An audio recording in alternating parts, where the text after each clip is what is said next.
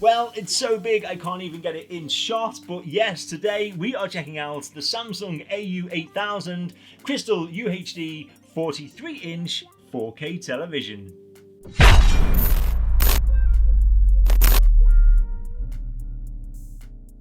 And here is the AU8000 for you to see in all its glory. Now, I've been using this entry-level 4K television for a couple of weeks now, and I can say for what I use it for, I'm pretty happy with it. However, it isn't 100% perfect, and I have to warn you, it isn't for everyone. Now, in the box you get 2 plastic feet or stands, a small user manual with setup guide, and 2 remotes. And just to confirm, I did actually film a full unboxing for you all, but unfortunately I encountered a few sound issues, so you'll just have to see me putting off the film here instead. And there we go. Concentrating on the TV, which I have to say is a stunning display for the price. The Edge LED backlit VA panel offers the obvious 380/40 by 2160 4K Ultra HD resolution with a native 60Hz refresh rate. It has a brightness of approximately 330 nits and a contrast ratio of around 3800:1. And its response time is approximately 7 milliseconds with an input lag of 11 milliseconds. On the back you can see the build is just plastic, but that is to be expected in this price range. And in its defense, it still looks fantastic due to its overall flat, air slim design. And finally, yes, you can wall mount this TV via a compatible 200mm VESA wall mount. As for connections, well, you have 3 HDMI 2.0 with one doubling up as an EARC. You've got 2 USBs, an RF tuner if you're in the UK, an Ethernet port and an optical audio out. So yes, as expected, unfortunately there is no composite input, so if you do require this TV for maybe your older gaming consoles, then an additional adapter will be required. It is also worth noting that there is no HDMI 2.1, so the definitive high-speed and ultra-smooth experience via next-gen consoles is also out of the question. But let's look at the TV for what it is most likely to be used for, and that is of course watching television. For this, the Samsung AU8000 offers exceptional quality for its price. Colours come through crisp, and thanks to its good contrast ratio, the darks are nice and deep. It is let down by having no local dimming, and the picture isn't as bright as I would like it to be, meaning although it supports HDR10 and HDR10+, its HDR brightness is actually quite poor. To be honest, you are not going to walk into the room and notice this, but for any true tech enthusiast who wants the best viewing quality, this could be a major issue. Casual TV viewing, however, does look brilliant, and if you are subscribed to any providers who offer 4K programs, then this is where the television will work its absolute best. But even if you don't have the 4K content, then this TV will automatically upscale your viewing to give it that extra dynamic feel. When it comes to the positioning of this TV when you set it up, as always, its location will be essential if you are to get the best out of the AU8000.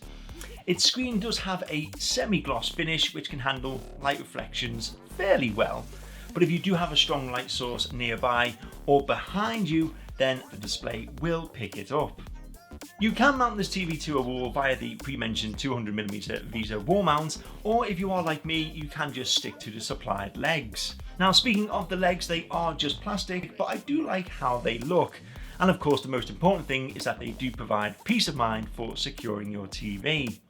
A nice little benefit with the TV legs is that they are adjustable too. Not by much, however, if you only have the TV on, for example, another stand, then the option is there to have the legs positioned on a lower setting. But if you do have a soundbar or TV box, etc. positioned underneath, you can raise the legs to a higher level.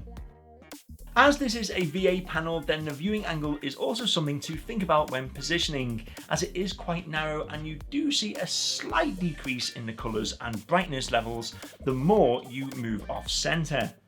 Now, as you can see where I have my TV situated, it is on an angle, but to be honest, I don't see a notable difference when I'm sitting as far off centre as I possibly can within my living room setup. One of the highlights that the Samsung AU8000 has to offer though is its easy to use built-in Tizen software. It's version 6.0 and it's quick, it's fluent, and literally anybody can navigate through it with simplicity. There is also plenty of apps to play around with and keep everyone entertained no matter what they wish to watch. Further apps are also available through the Samsung App Store, and you can add or remove them as you wish.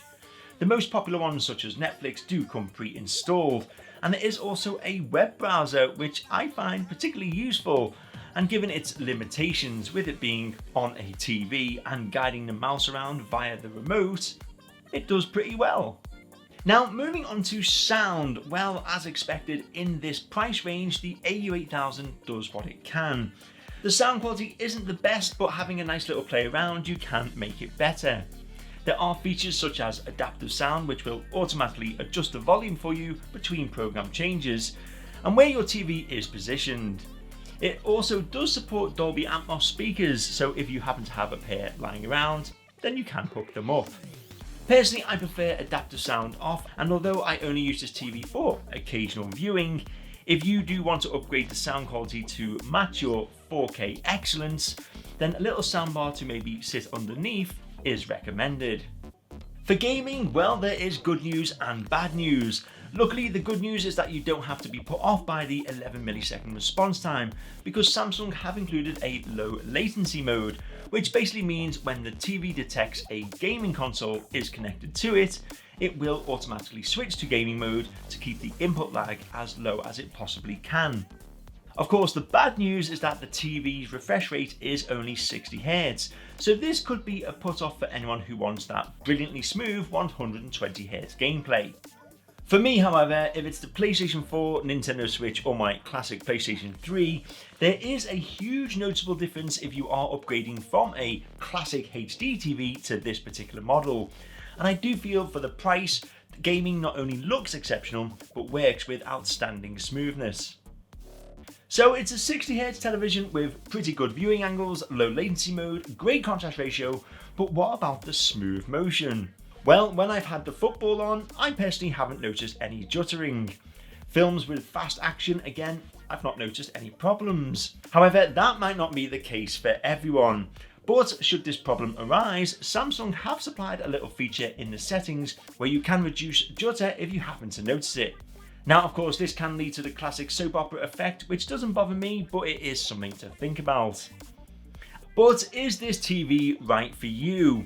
Well, it's a good reputable brand, sleek design, fantastic picture quality with a lot of great features to make your TV feel more expensive than it actually is. The main issues I have with the AU8000 is the fact that it only has 3 HDMI inputs and there is no HDMI 2.1. But apart from that, the TV does do the job very well. It does require a few adjustments to make it perfect, such as an additional soundbar, and if you are looking for something that can handle gaming a bit better, then check out the slightly superior Samsung AU9000. But overall, if you are just looking for a smart TV with some nice features that you can sit back, relax and enjoy a great picture with, then the Samsung AU8000, especially if you spot it in a sale, is definitely one to check out. And that is my quick review for the Samsung AU8000 4K television. So I hope this video was of some use to you. However, before I go, please do let me know your thoughts. Would you buy one? Do you think the AU8000 is worth it? And of course, don't forget, if you did like this video and you like tech, then please show your appreciation by giving this video a fantastic like, and don't forget to hit me up on that classic subscribe button. But until next time, thank you all for watching, and I'll hopefully see you at some point very soon. Thank you.